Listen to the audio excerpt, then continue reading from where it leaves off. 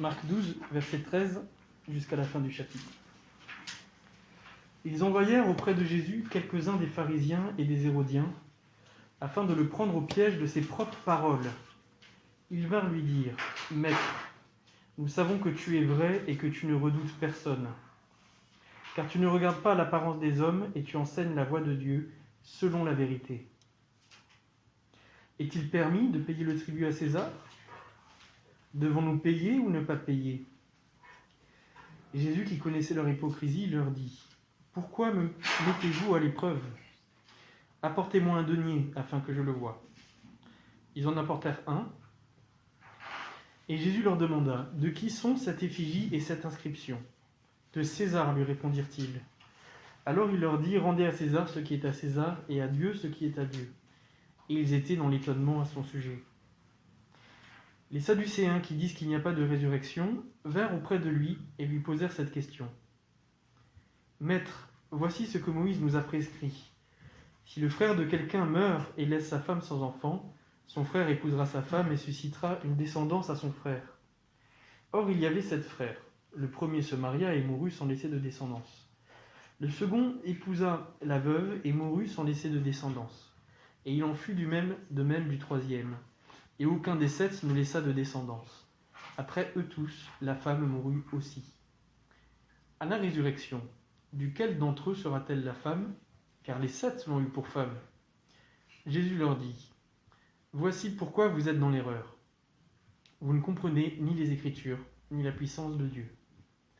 En effet, quand ils ressusciteront entre les morts, les hommes ne prendront pas de femmes, ni les femmes de mari, mais ils seront comme les anges des cieux. Quant aux morts et à leur résurrection, n'avez-vous pas lu dans le livre de Moïse ce que Dieu lui a dit près du buisson : Je suis le Dieu d'Abraham, le Dieu d'Isaac et le Dieu de Jacob ? Dieu n'est pas le Dieu des morts, mais des vivants. Votre erreur est grande. » Un des scribes qui les avait entendus discuter et voyait que Jésus avait bien répondu, s'approcha et lui demanda : « Quel est le premier de tous les commandements ? » Jésus répondit : « Voici le premier. Écoute Israël, le Seigneur notre Dieu, le Seigneur est un. Et tu aimeras le Seigneur ton Dieu de tout ton cœur, de toute ton âme, de toute ta pensée et de toute ta force. Voici le second. Tu aimeras ton prochain comme toi-même. Il n'y a pas d'autre commandement plus grand que cela. » Le scribe lui dit : « Bien, maître, tu as dit avec vérité que Dieu est unique et qu'il n'y en a pas d'autre que lui, et que l'aimer de tout son cœur, de toute son intelligence et de toute sa force, ainsi qu'aimer son prochain comme soi-même, c'est plus que tous les holocaustes et tous les sacrifices. » Jésus, voyant qu'il avait répondu avec intelligence, lui dit : « Tu n'es pas loin du royaume de Dieu. » Et personne n'osa plus lui poser de questions. Jésus prit la parole et se mit à enseigner dans le temple. « Comment les scribes peuvent-ils dire que le Christ est fils de David ? David lui-même, par l'Esprit Saint, a dit : Le Seigneur a dit à mon Seigneur : Assieds-toi à ma droite jusqu'à ce que je fasse de tes ennemis ton marchepied. David lui-même l'appelle Seigneur. Comment donc est-il son fils ? » Et une grande foule l'écoutait avec plaisir.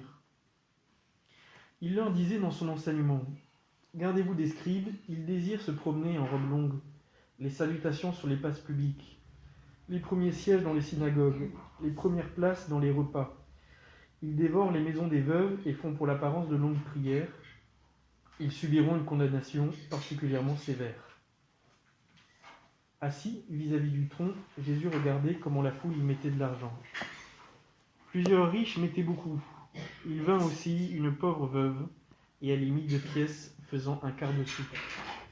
Alors Jésus appela ses disciples et leur dit : « En vérité, je vous le dis, cette pauvre veuve a mis plus qu'aucun de ceux qui ont mis dans le tronc, car tous ont mis de leur superflu, mais elle a mis de son nécessaire, tout ce qu'elle possédait, tout ce qu'elle avait pour vivre. » Jusqu'ici la parole de Dieu.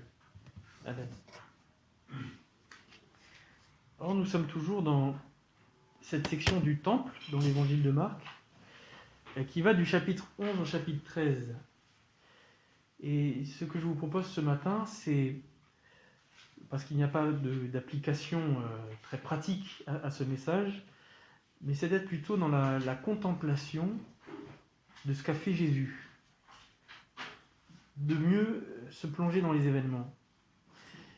pour mieux contempler la gloire de ce Fils de l'homme qui est venu et qui était la lumière parmi nous. Les événements se tiennent au cours de la semaine qui précède la Pâque juive, donc les 7 jours avant la mort de Jésus, à Jérusalem. Ces chapitres rapportent donc les derniers événements de la vie terrestre du Christ. Il y a 2 semaines, on a vu que 2 nouveaux thèmes apparaissaient dans cette section. Le thème du temple, qu'on a beaucoup regardé la semaine dernière, et celui du fils de David, qu'on verra un peu plus profondément aujourd'hui. Donc le temple est le lieu de ce récit, c'est le centre de ces événements, c'est le lieu où se passe l'action, et c'est aussi le centre des préoccupations, puisque Jésus vient de chasser les marchands du temple. Il y a un conflit d'autorité qui s'est établi avec les pharisiens qui lui demandaient de quelle autorité il faisait ces choses-là. C'est le centre du récit, comme si le parcours de Jésus l'amenait à l'apogée de son parcours, au point culminant, dans ce lieu qui est le centre spirituel d'Israël. Et on a dit il y a 2 semaines que Jésus avait un rapport ambigu au temple, parce que d'une part, il défend sa vocation spirituelle, mais d'autre part, il ne veut pas le sacraliser.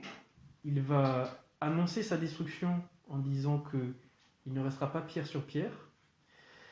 Et il va même, avec la parabole du figuier desséché, annoncer que le système religieux qui est bâti autour du temple s'apprête à être jugé par Dieu.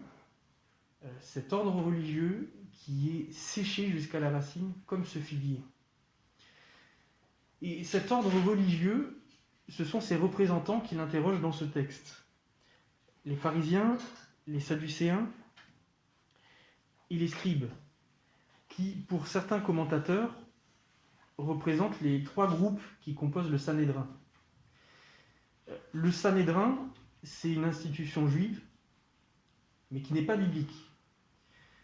Elle n'est pas d'origine biblique. Dieu ne demande pas de créer un Sanhédrin. Mais elle est biblique parce qu'on en parle dans le Nouveau Testament. C'est une institution juive non biblique qui est mentionnée par la Mishnah notamment, et c'est une institution dont on a du mal à connaître les circonstances de création et son fonctionnement précis. On sait qu'il y a 71 personnes qui sont membres de ce Sanhédrin, de ce conseil, principalement d'extraction aristocratique, que les pharisiens y ont une grande place, que les sadducéens y sont aussi représentés, et que ce groupe gouverne la théocratie qu'est Israël, c'est-à-dire le gouvernement politique, les lois, aussi le gouvernement religieux. Donc le Sanhédrin a plusieurs prérogatives religieuses qui sont bibliques. Par exemple, présider la cérémonie de la vache rousse qu'on trouve dans l'Ancien Testament, trancher sur les questions de la lapidation des femmes adultères, juger un prêtre et aussi juger les faux prophètes pour les mettre à mort. Mais face à l'occupation romaine, le Sanhédrin a perdu le pouvoir du glaive, et donc le Sanhédrin ne peut plus mettre à mort. Mais il garde toutes les autres prérogatives. Jésus est donc dans le temple, en train de rétablir l'ordre voulu par Dieu face à ceux qui ont le pouvoir politique en Israël, et il le fait dans le lieu sur lequel ils ont le plus d'influence et en leur présence. Ils sont tout puissants en Israël, puisqu'ils font les lois, puisqu'ils président le culte, et qu'ils ont un pouvoir politique, excepté qu'ils n'ont pas le pouvoir de le mettre à mort. Et Jésus, devant eux, leur annonce leur fin et leur jugement à venir, et ils contestent leur autorité. Alors, ils veulent s'emparer de lui, ils ne peuvent pas à cause de la foule, ils n'ont pas de prétexte, et ils veulent le tester, le pousser, pour le prendre au piège par ses propres paroles, nous dit le verset 13. Et ils s'organisent, les questions n'étaient pas simplement spontanées, même si celle du scribe semble spontanée, au verset 13, ils envoyèrent quelques-uns des pharisiens et des hérodiens, et le verbe qui est utilisé là est le verbe qui a donné le mot apôtre, qui signifie qu'ils ont missionné des gens. Donc ils ont choisi, sélectionné des personnes pour les missionner pour cette tâche. De perdre Jésus par ses propres paroles. Et les 3 questions qu'ils lui ont posées sont en fait assez difficiles. On a tendance à croire que les réponses de Jésus sont évidentes, qu'elles sont logiques. Pour nous, elles coulent de source parce qu'on est habitué à lire ces textes. Mais on oublie que les personnes de l'époque et Jésus n'avaient que l'Ancien Testament, ils n'avaient pas le Nouveau Testament. Donc ces réponses qui pour nous semblent aller de soi, en fait ne coulent pas de soi. Elles sont assez complexes et l'Ancien Testament seul ne tranche pas clairement sur ces 3 domaines. Le domaine du rapport aux autorités païennes, en terre d'Israël, c'est quand même quelque chose de délicat. La question de la résurrection, qui est seulement esquissée par les prophètes, qui montre au loin qu'il y a quelque chose de plus, et puis l'existence d'un jugement, même le jugement dernier n'apparaît que tardivement dans les prophètes. Et enfin, la question de savoir s'il y a une hiérarchie dans les commandements, dans la loi. L'Ancien Testament ne nous permet pas de trancher clairement sur ce sujet, si on n'a que l'Ancien Testament. D'autant plus que sur certains sujets, comme la résurrection, les groupes qu'il a en face de lui ne sont pas forcément d'accord.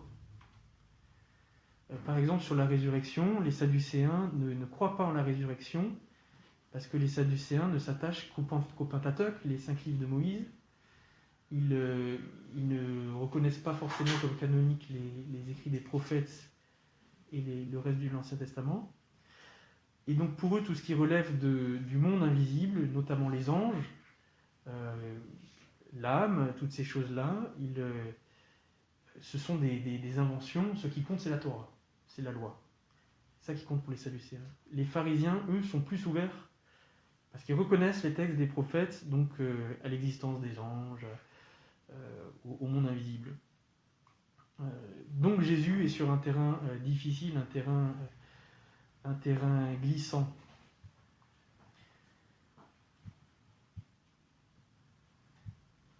Pour la dernière question, la hiérarchie des commandements dans la loi, Jésus aurait pu répondre comme aux Sadducéens sur la résurrection en disant que le problème c'est leur question et qu'en fait s'ils posent la question c'est qu'ils ne l'ont pas compris et que en réalité la loi est une, donc il faut la considérer comme un seul commandement, il faut respecter la totalité de la loi. Jésus aurait pu répondre comme ça. Mais Jésus confirme qu'il y a bien une hiérarchie dans les commandements, et donc 2 commandements qui résument la totalité de la loi et des prophètes. Alors, ce que ça nous fait comprendre... la première question.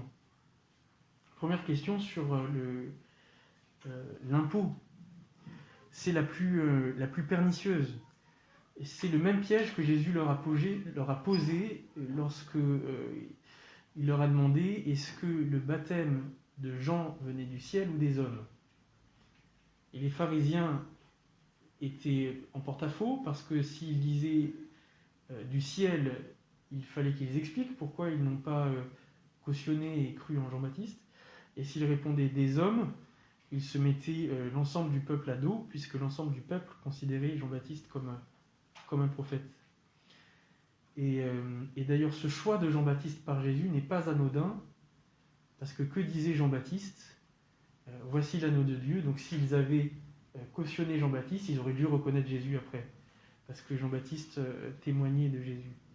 Donc le fait que Jésus avait choisi Jean-Baptiste, mais ça c'est une parenthèse. Mais sur l'impôt, Jésus se retrouve face au même piège, parce que en Israël de l'époque qui était occupée, il y avait un esprit de résistance qui s'était développé, de résistance à l'occupation, notamment à partir du livre des Maccabées, des 2 livres des Maccabées, dans lesquels la personne qui défend la cause de Dieu défend la terre sainte et donc prend les armes contre l'occupant, quitte à être martyr. Et donc il était incompréhensible que quelqu'un qui vienne de Dieu, se prétende de Dieu, n'aille pas jusqu'à ce point-là de renoncer à sa propre vie, de dénoncer l'occupation païenne, quitte à perdre sa propre vie.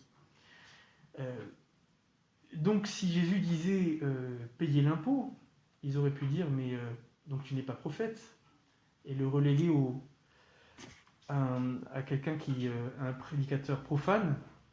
Mais si Jésus disait ne payez pas l'impôt parce qu'ils sont païens, parce que c'est la Terre Sainte et parce qu'ils n'ont rien à faire là, Jésus se présentait aux Romains comme un messie séditieux, politique, qui vient pour les bouter hors de la terre promise.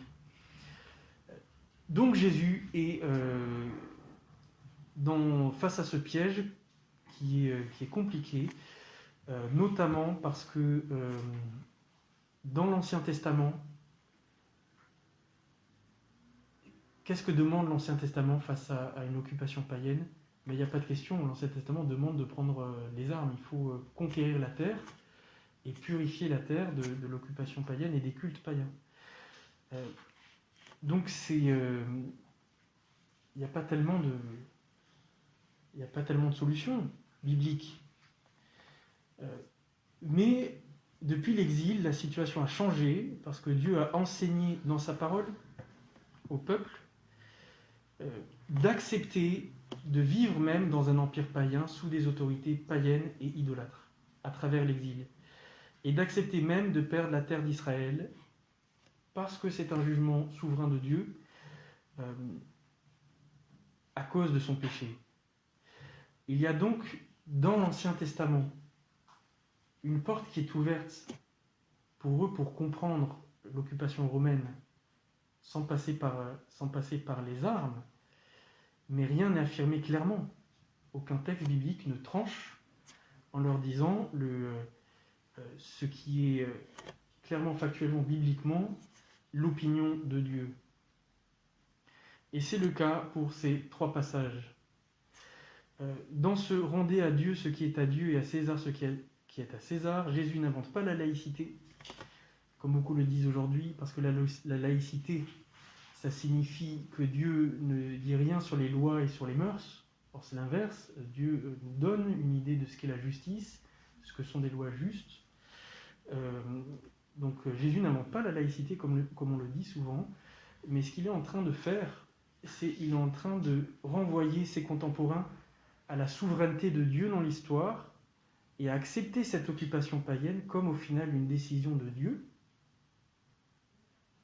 qui est souverain sur l'histoire, parce que depuis le retour d'exil, Dieu a permis que la Palestine soit occupée plusieurs fois par différents empires.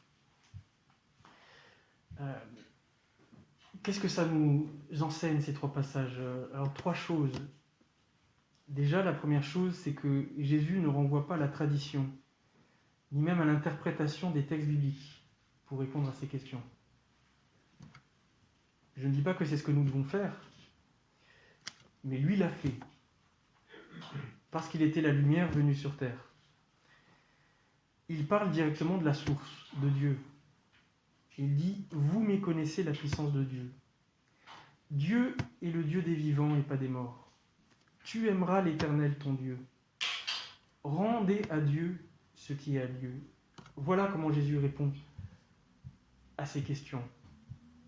Et il affirme avec autorité. Et ça, c'est le deuxième point qui est très important.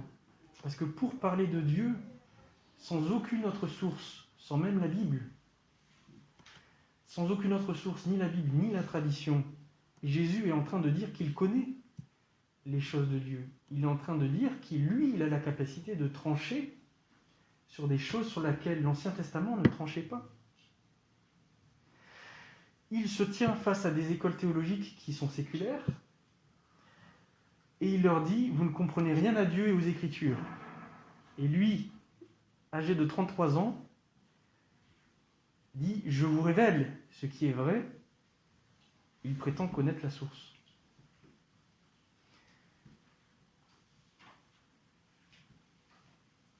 Jésus a donné des réponses qui n'étaient pas fondées sur la logique, mais qui était fondée sur son autorité propre, sur sa propre connaissance des choses de Dieu. Il a pu le faire parce qu'il est le Fils de l'homme, parce qu'il est le Fils de David, la lumière venue dans le monde, la parole, la Torah au milieu d'eux, c'est comme ça qu'il se présente, qui connaît les choses du ciel. Autrement dit, il est en train de continuer la révélation biblique. C'est ce qu'il fait dans ces passages, c'est ce qu'il fait face à ces hommes dans le temple.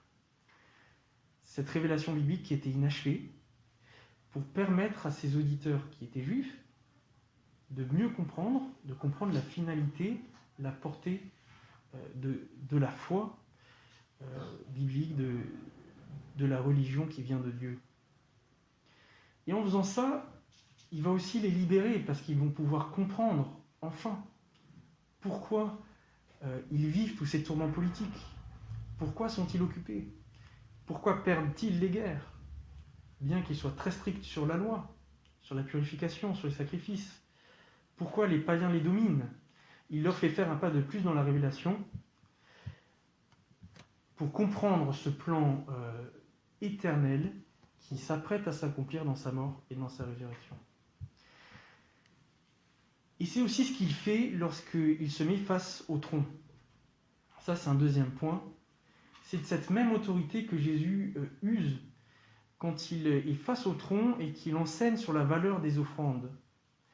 Il ne dit pas que les offrandes des autres ou des plus riches n'ont pas de valeur, mais il se prononce sur celle qui a le plus de valeur aux yeux de Dieu. C'est-à-dire qu'il prétend savoir ce qui plaît à Dieu. Il prétend connaître comment Dieu évalue et juge et ce qui lui plaît. Et en donnant cet exemple tout à la fin de ces conflits avec les autorités du temple, Jésus permet à son auditoire de comprendre que la fin du système religieux du temple, dont il annonce la destruction, n'est pas la fin de la foi, n'est pas la fin de la religion donnée par Dieu. Parce que la vraie religion, celle qui importe aux yeux de Dieu, elle est intérieure, c'est la foi. Elle s'évalue non pas par les actes, mais c'est Dieu qui l'évalue en sondant directement les cœurs, comme lui a sondé directement le cœur de la veuve. Lui savait qu'elle a donné de son nécessaire, de ce dont elle avait besoin. Donc la véritable religion est évaluée directement par Dieu, parce que Dieu sait et sonde.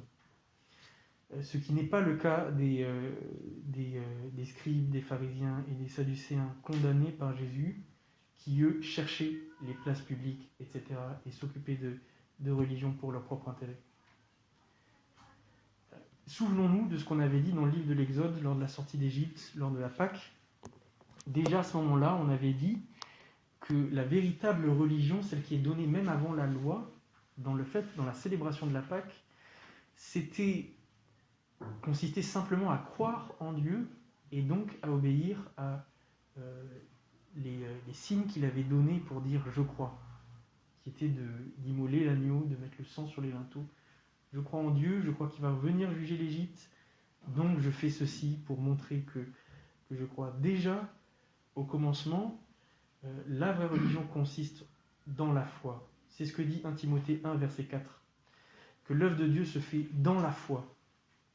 Et Romains 1, verset 16. Que l'évangile est par la foi et pour la foi.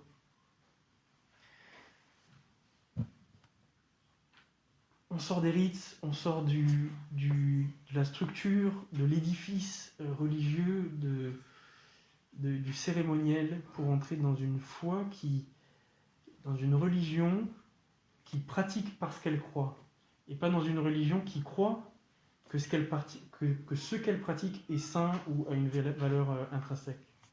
Et tous ces changements, Jésus les prépare son auditoire à les comprendre, parce qu'ils se feront par sa croix et par sa résurrection. Maintenant vient ce dernier sujet qui est important, dont on n'a pas parlé, qui est le thème du fils de David. Et c'est très important pour comprendre ce plan de Dieu. Parce que quelqu'un pourrait dire, comme l'ont fait les philosophes des Lumières, que la vraie religion est une religion naturelle, donc on n'a pas besoin de révélation, de Bible, on n'a pas besoin de christianisme, et que chacun connaît Dieu, et que ce qui compte, c'est la bonne intention des gens, c'est d'être bien intentionné. C'est pas cela la religion que Dieu établit, même si c'est une religion du cœur, de la foi. C'est une religion qui dépend d'une personne qui est le fils de David. Est-ce qu'on s'est déjà demandé pourquoi Jérusalem est la ville sainte? Parce qu'on s'est demandé il y a 2 semaines pourquoi le temple était saint.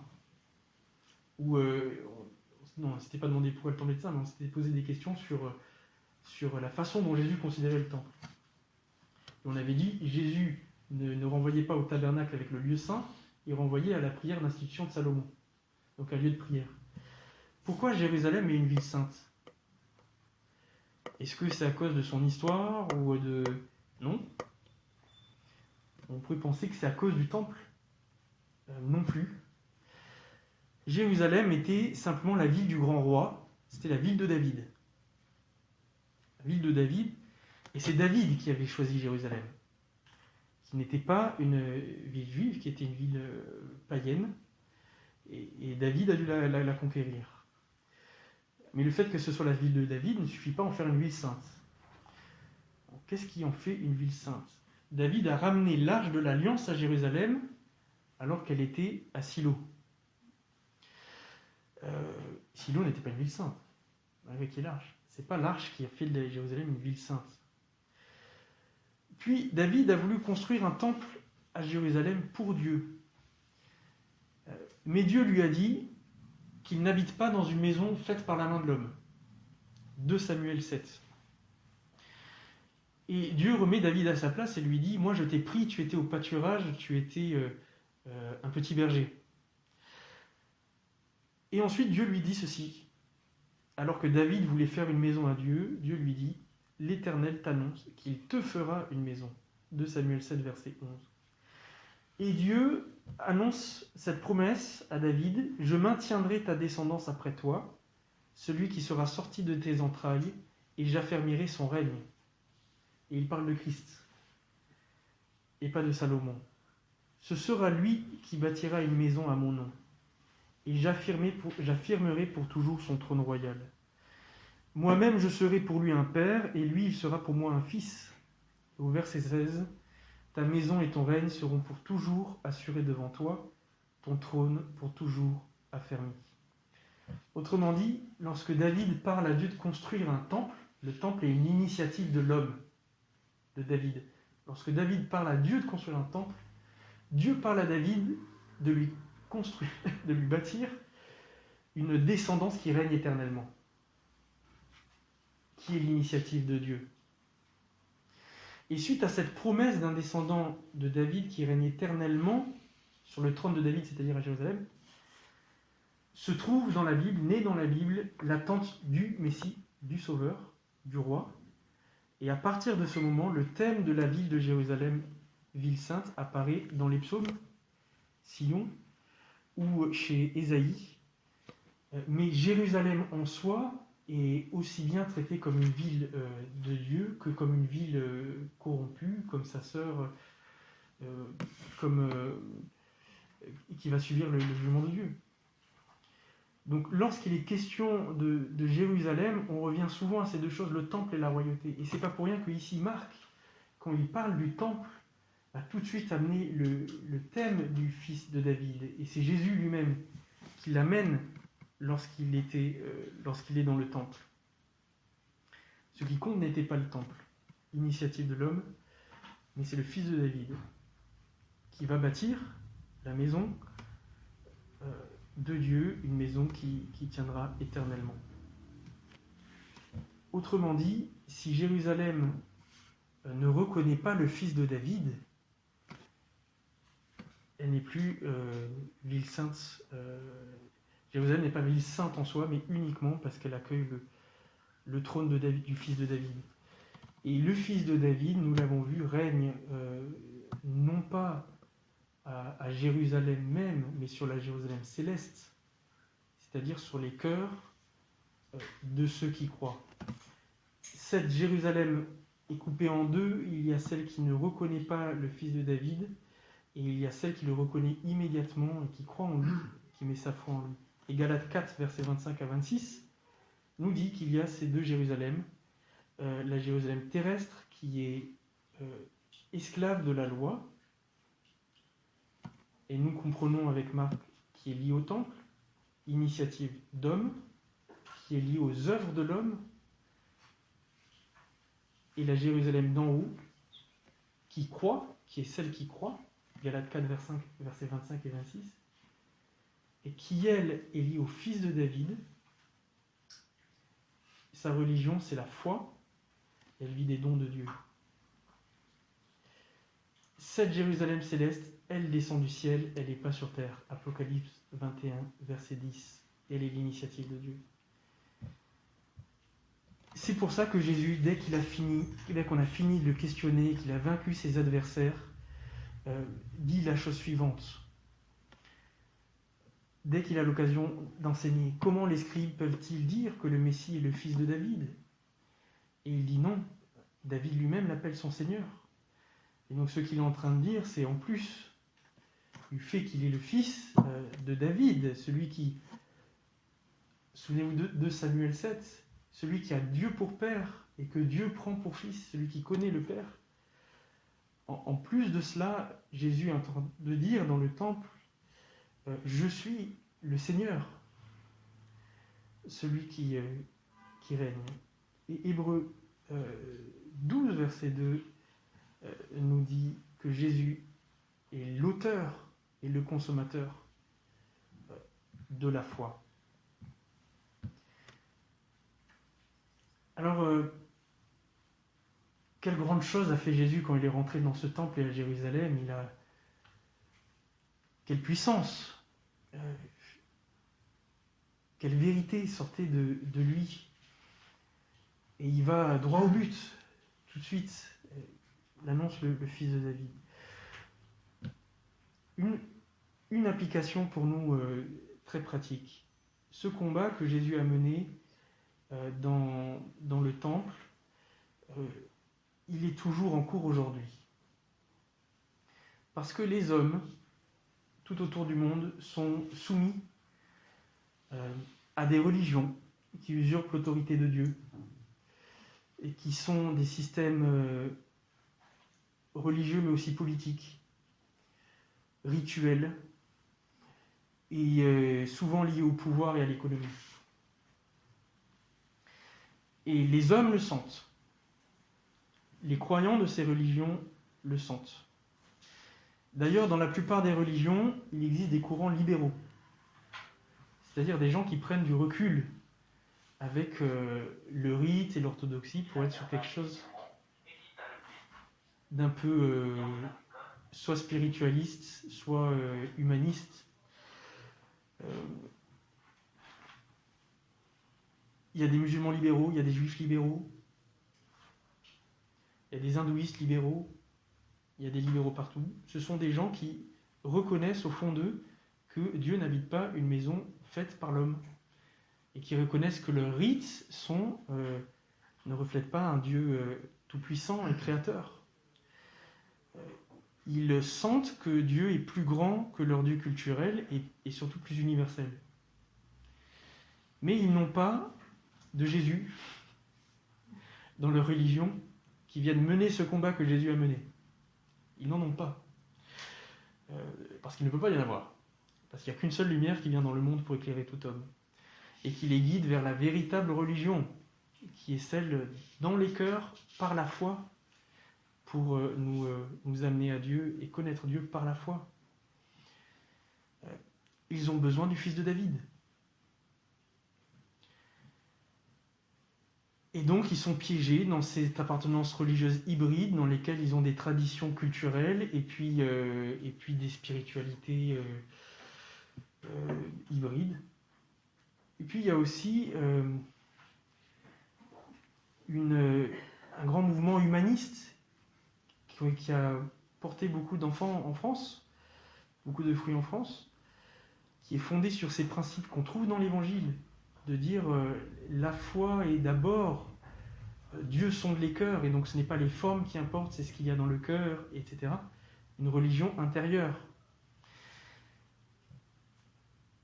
Mais ces hommes-là ont refusé aussi le dogme, l'idée de vérité. Ils se sont attachés juste aux principes. Et ils ont créé une religion de l'intention, de la bonne intention, et non pas de la foi, qui est cette vraie religion que le Fils de Dieu nous donne.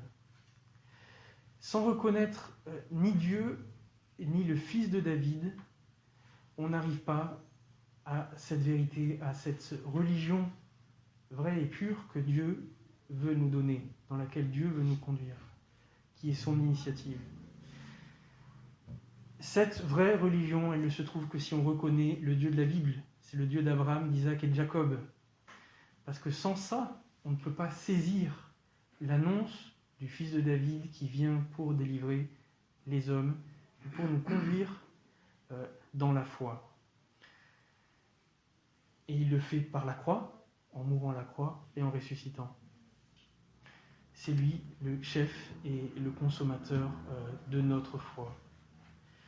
Peut-être que, voilà, moi je voudrais simplement tirer pour nous une exhortation à contempler la manière dont Jésus a battu ses ennemis et puis établi un nouvel ordre voulu par Dieu, par l'Évangile, dans l'Évangile, par la foi et pour la foi.